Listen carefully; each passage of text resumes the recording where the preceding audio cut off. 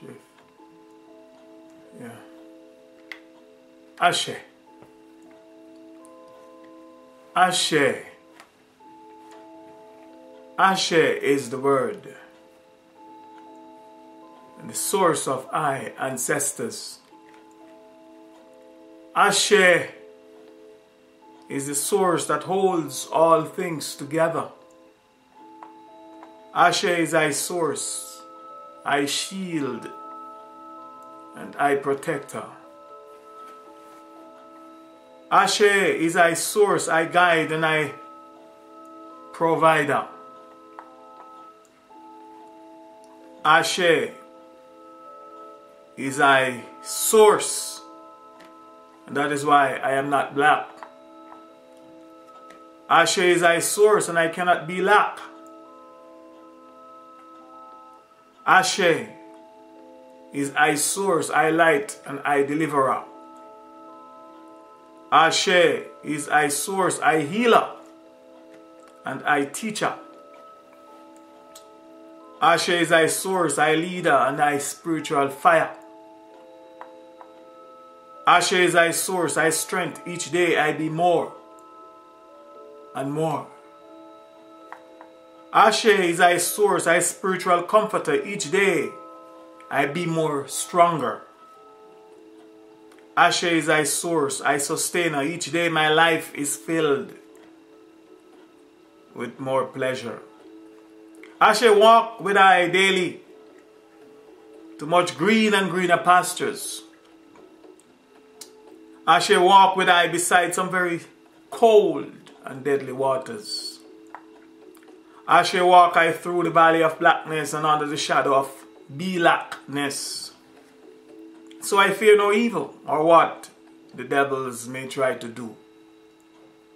For it's Ashe I say. Ashe, Ashe, Ashe I say to you all my highly enriched melanin, my highly enriched carbon skin brothers and sisters, my fellow Africans. Mother Earth's original, Mother Earth's natural, native and organic humans the world over. And welcome back one and all to this another perspective with I, the Mystic Philosopher. It's high time for reason and for reasoning.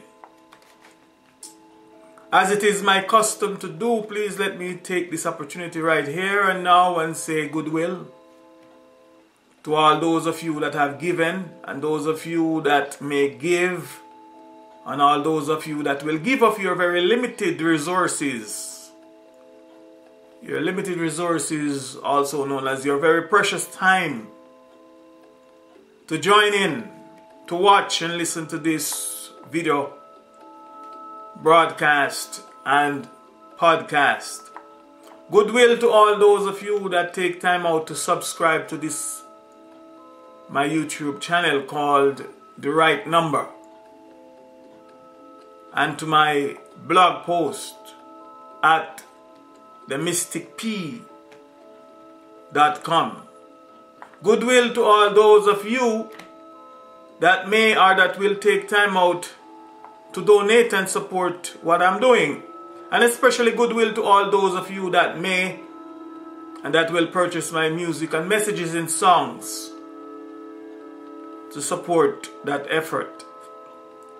Goodwill to all those of you that may or that will take the time out to participate in these discussions, to critique and to write comments. Goodwill to all those of you that may or that will intelligently, informatively, and respectfully rebut, with the honest intent of highlighting or correcting any and all possible statements or information that you might perceive to be erroneous or misleading, or that you can or that you may prove to be incorrect and misleading. And goodwill to all those of you that will share your own perspectives on any of the topics that that are covered in this or any series of lecture presentations by I, the Mystic Philosopher. Welcome. Thank you, and goodwill to you all. The topic of this series of lecture presentations is the art of living well. Another perspective and interpretation of Desiderata. And this is lecture 2 or part 2. Now, if you haven't yet watched or listened to part 1 and part 1A, I strongly suggest that you please do so before you continue watching or listening to this part 2 or any other parts in this series. It is designed so that you can follow them in that order from 1 to the end. In part 1 and in part 1A, I answered the questions and gave you some insights into who I am and what I am. I told you that I am the Mystic Philosopher, aka Dr. David G. Jones. Told you that I'm an inspirational speaker, and please note, not a motivational speaker, but an inspirational speaker. I'll have more to say on that at another time. That I'm a metaphysician, a spiritual counselor, philosopher. That I'm a free thinker. I'm a truth seeker. And to be even more precise, that I am a proven truth seeker. I'm a musician, a poet, a singer, songwriter, internet blogger, YouTuber, and a happiness coach. And that I am becoming much, much more. And above all, I told you that I am what I am to you. I will have much more to say at another time on I being a happiness coach. See, there are many coaches, life coaches, football coaches, wealth coaches, you name it. But I am a happiness coach. But at another time I will get into that for those of you who might be interested in knowing the difference and why I think maybe I'm the only one that is claiming and professing and being a happiness coach. I share with you in the previous part 1 and part 1A of my lectures, I shared with you 4 of my favorite quotes that, from my perspective, truly summed up some of my basic life's philosophies. For example, I quote number one, I think, therefore I am, unquote. And that's from the 17th century French philosopher René Descartes. In other words, I think that I exist. Therefore, I know that I exist. For without thinking, I think I know nothing, and without thinking, I don't know. And possibly I cannot know that I don't know nothing or anything. I shared and stated very clearly what are my goals and objectives, and what I do hope to achieve from doing these series of lecture presentations. And there in my introduction to this series, in part 1 and part 2, you will see that my primary goal and objective are to share with you another perspective, my truths, or just about any topic and subject, and especially some of those that are topics and subjects that are controversial, or that may be considered controversial by some people. Secondly, it is to provoke and encourage my audience, and especially my highly enriched melanin people, my African people, and my fellow native earthly humans. It's to further challenge yourselves mentally and to further expand your mind and your intellect through the process of reasoning, through the process of logic, critical and analytical thinking, through the process of metaphysics, philosophy and introspection, etc. Simply put, it is to provoke you to think independently, to think for yourself, and to think outside of what is known as the box, or what is commonly referred to as the box. As long as I get you to think, I would have, or I will have achieved my main objective. And it doesn't matter to me personally what you are thinking about the subjects, or what you may be thinking about the subjects or the topics that are being taught about and talked about, or how you are thinking about them. And nor does it matter what you may or what you may not be thinking about, I, the Mystic Philosopher, even if you think that I am a damn idiot. As long as it is your own personal thought process, also known as your own mental and intellectual algorithm, and not that of others, that process, that final thought, then that is your right angle, meaning that is your perspective, and you are correct. Think before you answer, think before you comment, think before you judge or condemn, and think before you do whatever. And are you sure? So I will continue this series of lecture presentations here in part 2 by answering the following few relevant questions. After which I will read a quote, or rather read or quote from Desiderata as I do my analysis and interpretation and begin sharing my perspective and interpretation. Question 1. And the first question to set the stage.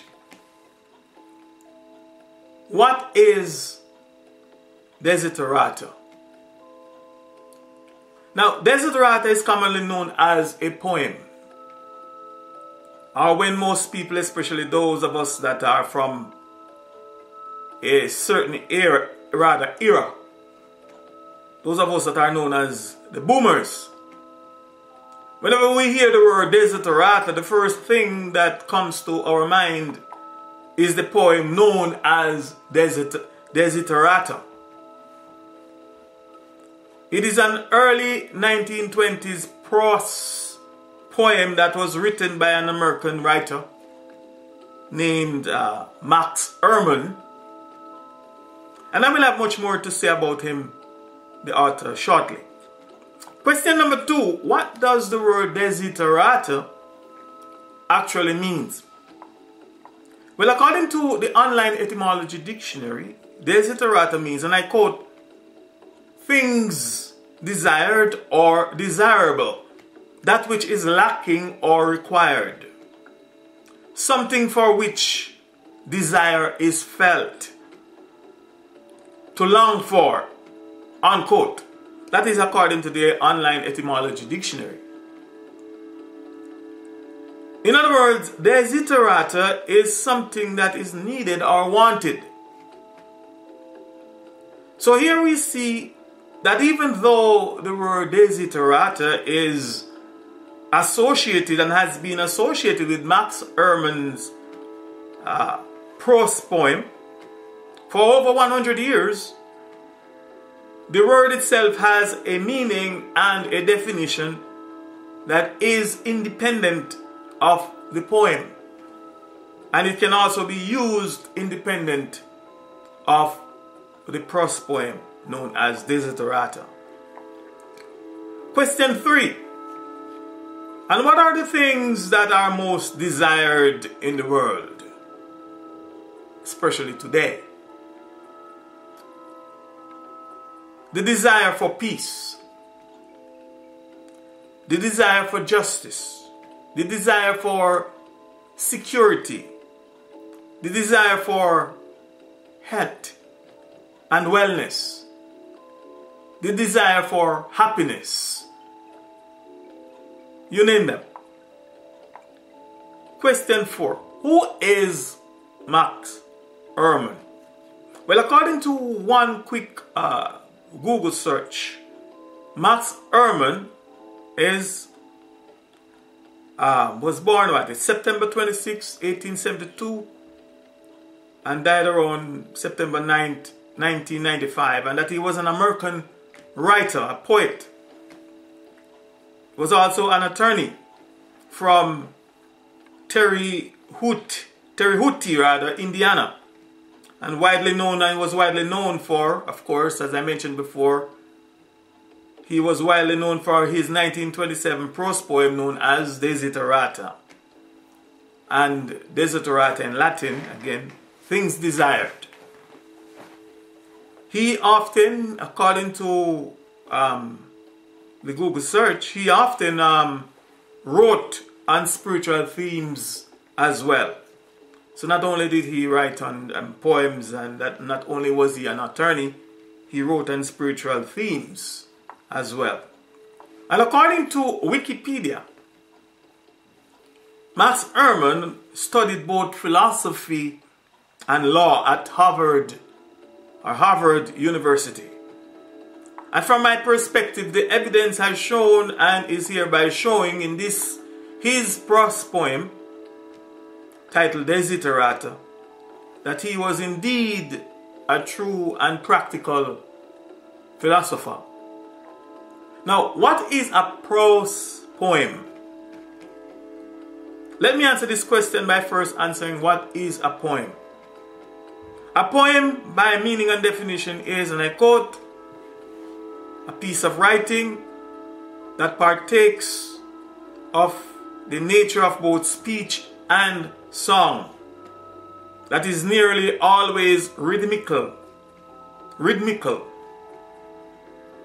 usually metaphorical, and often exhibits such formal elements as meter, rhyme, and stanzaic structure, unquote. Simply put, a poem is a piece of writing with speech and lyrics that rhymes. An example of a poem with speech and lyrics that rhymes, and I quote, in fact, is Henry Wadsworth Longfellow's poem, and I quote, "The heights by great men reached and kept were not attained by sudden flight, but they, while their companions slept, were toiling upward through the night." Henry Wadsworth Longfellow, or Henry Longfellow as we normally said back in school, way back in the day. His middle name was very seldom mentioned. And if I might take the liberty and read this poem over again, it said, "The heights by great men and women reached and kept were not attained by sudden flight, but they, while their companions slept, were toiling upward through, or rather upward in the night."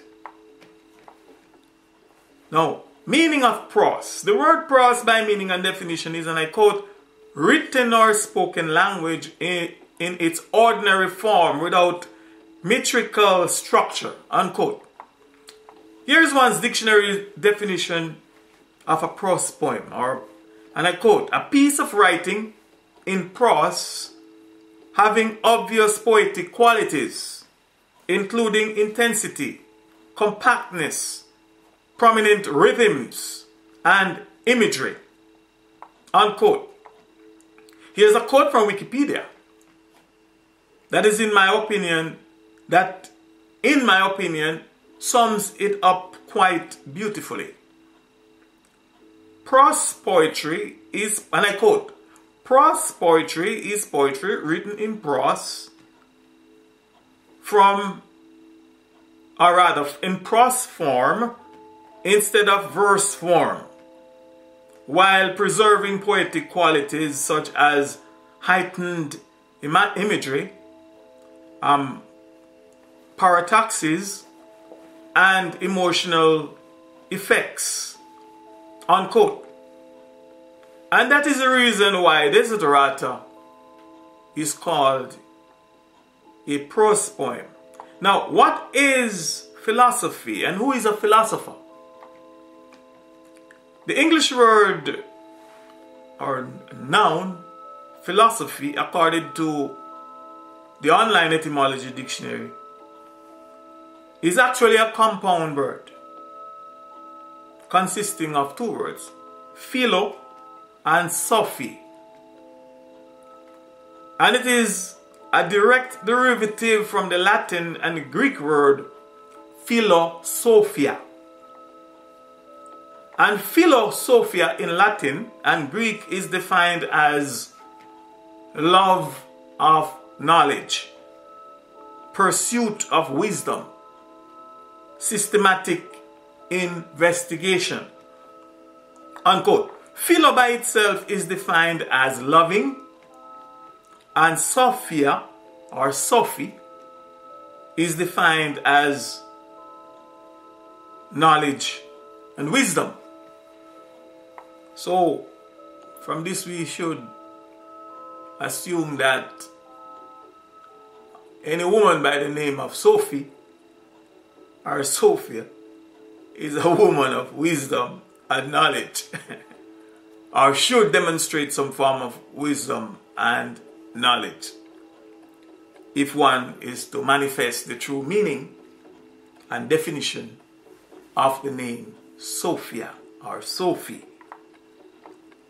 So in summary, one can logically deduce and conclude that philosophy, and by extension philosopher, by meaning and definition, is both the love, the search, the systematic investigation, the study and the practice of knowledge, aka epistemology, truth, understanding, and wisdom.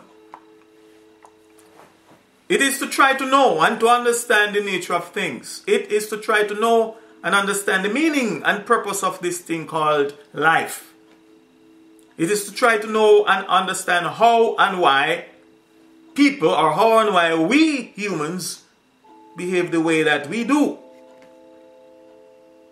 It is to allow a person to devise a system that he or she may effectively conduct his or her life in a good, productive, and meaningful way.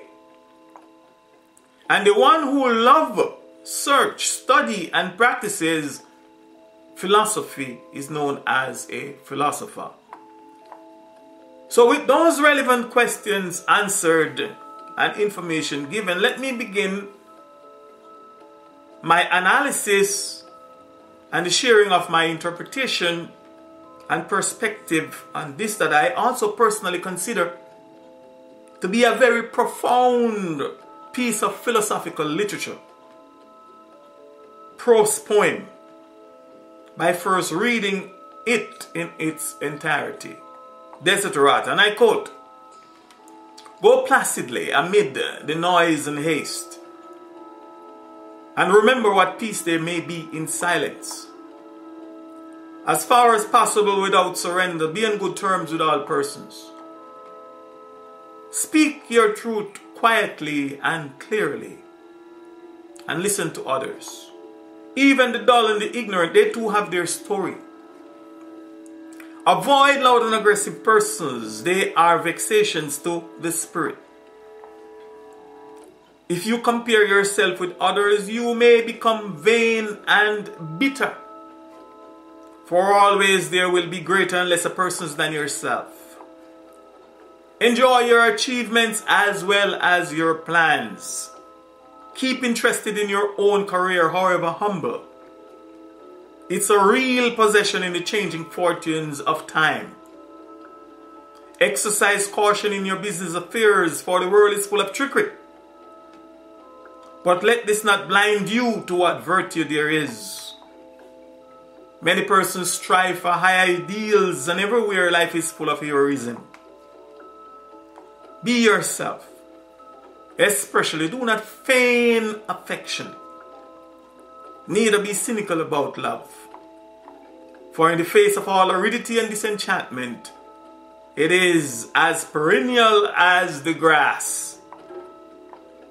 Take kindly the counsel of the years, gracefully surrendering the things of youth.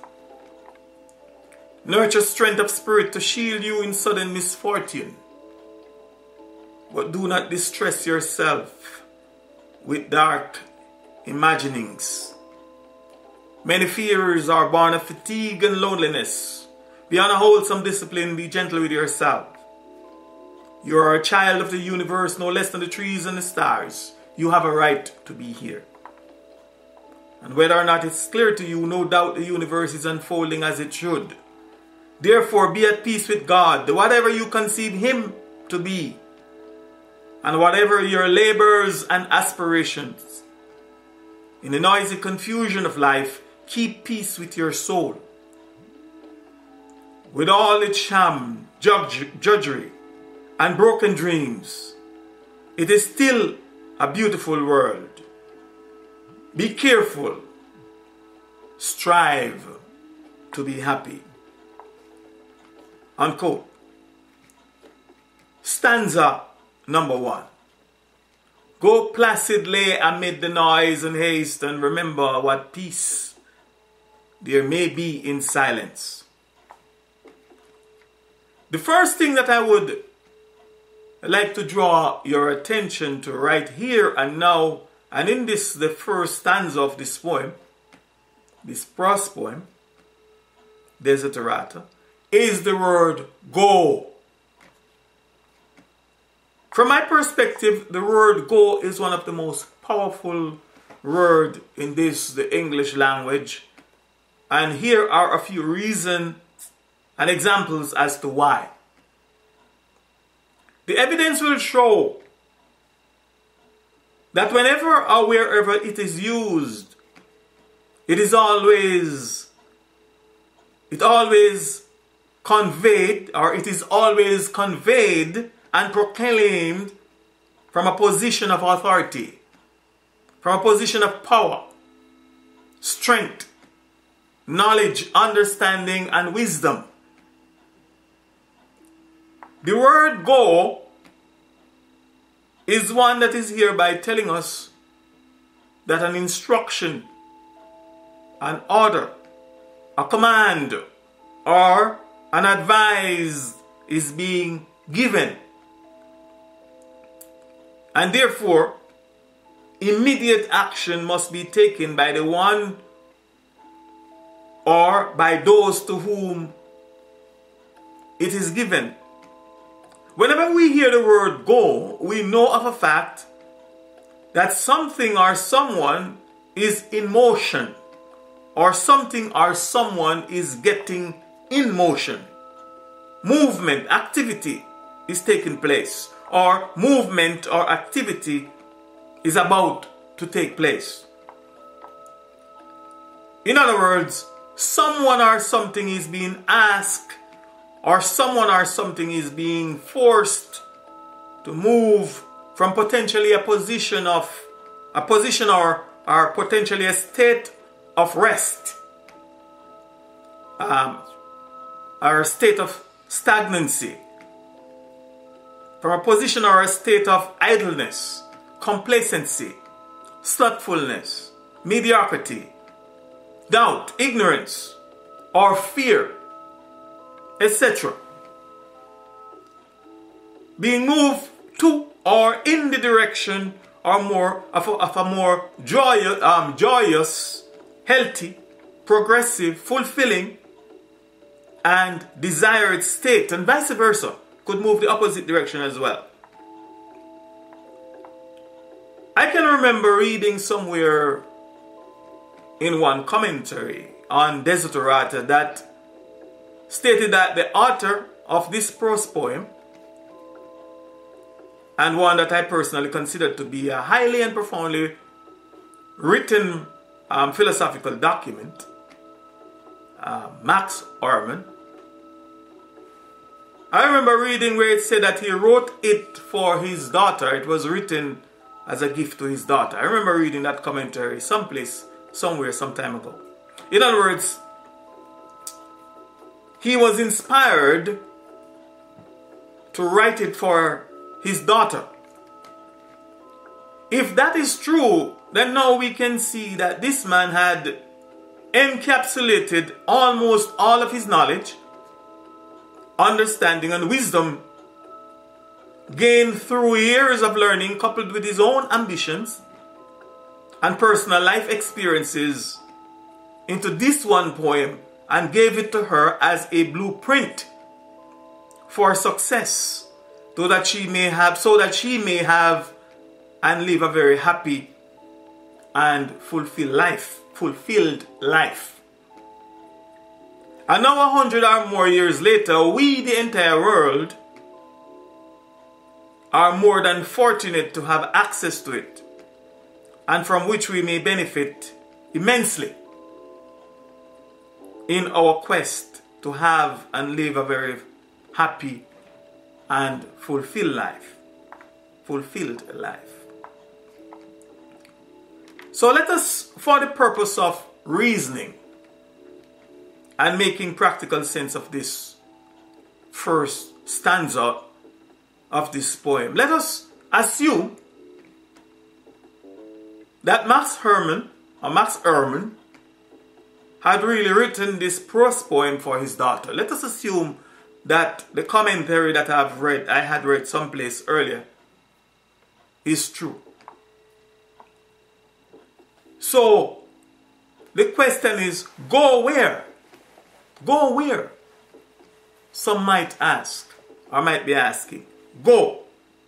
The powerful word here. Go. Go where? And the answer is, go out there in the world. Go face, assuming that his daughter was asking, Dad, go where? Go. Go where? Go out there into the world. Go face the real world. Go learn and experience the world and all its challenges and all that it has to offer for yourself and by yourself. Though I am your father and have been your protector for thus far all of your life, and will always be your father, the fact is that you are now a fully grown adult, and like an eagle that wean its young, or any other animals in nature, to in due time wean their young as soon as they reach maturity and adulthood, I cannot continue to shield or protect you like a child anymore, but I must let you go, and I must also encourage you to go. I must see that you go and face the world. I must let you go and live your life in the real world. And what is the real world? In all practical reality, what is the real world? Or how did he, Desiderata or Max Ehrmann, describe the real world to which she must go and that she must now enter into? It is hereby described as a place of noise and haste. So here he is saying, my child, amidst the noise and haste, you must go. And what is really and truly meant by noise and haste? Or in all practicality, what does noise and haste truly represent? First, let us look at the meaning and definition of the word noise and the word haste. again, I remind you that though most of you that might be listening already know and have a good knowledge of the English language and might be well trained and versed in the language, I am not. So I constantly have to refer to the dictionary to ensure that I get the true meaning and definition of it, and I'm sure other people may benefit the same. So let's look at what the dictionary, instead of giving my opinion or regurgitate what I have been taught and learn from other people's opinion on what the word noise and haste is or mean, let me again refer to the dictionary. Well, a quick Google search, which most of you can also do yourself. A quick Google search will tell us that noise is, and I quote, a sound, especially one that is loud or unpleasant, or that causes disturbance. And that the opposite of noise is silence. But let us look at the meaning and definition of noise a little deeper. And according to the online Merriam-Webster dictionary, entry 1 of 2, and I quote, 1, loud, confused, or senseless shouting or outcry. And it gives an example as the noise of the rioters. And 2a, sound, entry, especially one that lacks agreeable musical quality or is noticeably unpleasant. Example given, traffic noise and engine noises. And 2b, from the said dictionary, any sound that is undesired or interferes with one's hearing of something. Example, I couldn't hear him over all the noise. And 2c, an unwanted signal or a disturbance such as static or a variation of voltage in an electronic device or instrument such as radio or television. Broadly, a disturbance, interference, or rather a disturbance interfering with the operation of a usually mechanical device or system. It continues, 2D, electromagnetic radiation such as light or radio waves that is composed of several frequencies and that involves random changes in frequency or altitude, or rather amplitude. And 2E, irrelevant or meaningless data or output occurring along with desired information. Example, the initial data includes a lot of noise that needs weeded out. 3, common talk. Example, rumor is making noise about moving. The theme, especially slander, is also considered to be noise. 4, something that attracts attention. Example, the play will make little noise in the world. 5, something spoken or uttered made a noise, or rather made a noise when he hits his finger with the hammer. And 6, a style of rock music that is loud, often discordant, and usually uses electronic noise such as feedback. Unquote. I read all the definition of the word noise as given by the online Merriam-Webster's dictionary. So what can we logically deduce and take away from all these definitions of the word noise? From my perspective, number 1 is that noise in and by itself is definitely not good. Number 2, noise is upsetting. Noise is threatening. Noise is a nuisance to the soul and essence of our being. Simply put, noise is evil, or at the very best, noise represents evil. Noise represents crime, violence, unfairness, injustice, thievery, wickedness. Noise represents corruption of every form. Noise represents kidnapping, assaults, and abuse of women and children. Noise represents politics and religions. Noise represents all isms and schisms. Noise represents slavery, oppression, torture, and all forms of persecution. Noise represents pain and suffering. Noise is not music, and music is not noise.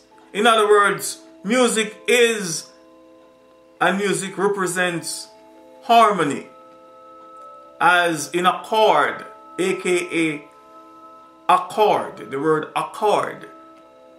For example, in music, whenever 3 or more notes, or 3 or more individual notes, or individual pitch, or pitches, aka individual musical tones, are grouped and sounded together harmoniously, it is known as a chord. Another way of saying and describing this is that they are on one accord. While on the contrary, noise is, and noise represents disharmony, aka discord. 6, noise is chaos and confusion. Noise represents all forms of confusion or confusions. Or at best, noise creates chaos and confusion. 7, noise is insanity. And noise represents insanity. Above all, noise can make one go insane or crazy, mad. And over time, noise will drive one insane or mentally deranged. In other words, noise will drive one out of his or her mind. For example, just imagine being locked in a room while having 1 or more people banging on the door and walls while loudly beating pots and pans and cans, etc. outside or over your head. From this, one can logically deduce and very reasonably conclude that contrary to those who make or create music, those who take pleasure or claim to find pleasure in what they claim to be making joyful noise or joyful noises are simply and practically manifesting and simply the practical manifestation and demonstration of insanity. Those who claim to be making joyful noise or joyful noises. Another way of saying this is that to make a joyful noise is to prove that you are literally mad, or to claim that you are finding joy while making noise or while in noise is to have one question your sanity, to say the least. 8. Noise is a tool, a weapon, or an instrument of torture, torment, pain, and suffering. You name it, or you name them. And the evidence will show that noise is destructive. Noise is not good. Noise is evil. Next is the word haste. Go placidly amid the noise and haste. Haste is defined as excessive speed or urgency of movement or action. Hurry. A few years ago, I wrote a song called Everybody is in a Rush. in which I highlighted the fact that from my observation, everybody, or almost everybody, is in a rush to get to nowhere. Everybody is in a rush and they are going nowhere. For example, my observation and experiences have shown that people, and especially those in the Western world, are in a rush, are in a hurry, in a haste to eat their meals. That they can't even afford the time to properly chew. Here is a quote from one website that I visited, and I quote, according to the experts at Ohio State University, you should chew softer foods 5 to 10 times, and more dense food such as meats and vegetables up to 30 times before swallowing, unquote. But today, and especially here in the Western world, because we are in such a rush, such haste, going nowhere, that we just cut and swallow our food. And I have seen people, including myself, I might add, just swallow without even cutting, let alone chewing. Sometimes we just feed and swallow. In fact, some are in such haste that they don't even have time, or they can't even afford themselves the time to prepare their own meals, let alone properly cook and full joy or enjoy their own meals. They don't have time for that. I have seen, and I also know people who have some of the most luxurious houses with some, if not all of the latest high-tech convenience and amenities that money can buy. Example, the latest high-tech stoves, refrigerators, blenders, juicers, and utensils, you name them. But they have them, but they never utilize them. They don't use them. They are just there in their fancy kitchens as decorations and for show. And why? Because they are just too busy in a rush, in a haste, going nowhere. They are moving so fast that they can only afford to eat at fast food restaurants and fast food shops. They are moving so fast that even their food or their meals have to be grown fast or manufactured fast, prepared fast, cooked fast, delivered fast, and picked up fast, consumed fast, digest fast, if that's possible, and disposed of fast. They are in such a rush, such a haste to use the washroom. They are in a rush, in a haste to go have fun. They are in a rush to go to funerals, sometimes even their own funerals. They are in a rush to live. They are in a rush to go to church. They are in a rush to pray and worship their gods. They are in a rush to find joy. They are in a rush to go to work. They are in a rush when they are in a rush when spending what is supposed to be quality time with their spouses and their loved ones. They are in a rush to get rich. They are in a rush to get successful, wealthy and famous. They are in a rush, in a haste to fall in love. They are in a rush to make love, aka to have sex, aka quickie. You name it. And the evidence will show. And the evidence has shown that they are in a rush to do it. Or while doing it, they are in a rush. In other words, the world is one of haste.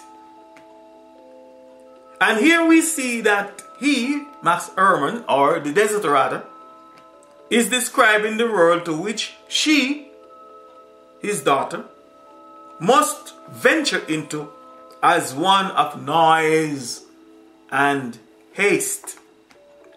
However, as dismal as it may sound, as daunting as it appears, and as dangerous as it is, he did not just highlight those facts and the harsh realities of this world to her in order to drive fear and doubt into her, in order to ruin her confidence or to convince her that she will fail even before she gets started. But he gave her the blueprint, the formula, as a guide, as a comforter, etc., for her to follow. He prepared her well before he let her go amid the noise and haste. And we too must prepare, we too can and we too must prepare ourselves and go among the noise and haste and hopefully find that which we search for. Love, joy, respect, peace, and above all, true happiness.